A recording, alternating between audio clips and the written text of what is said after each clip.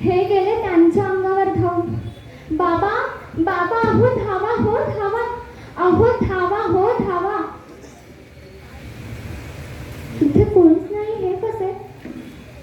कोणीही नाही. मग मी आले हो आपल्या मदतीला.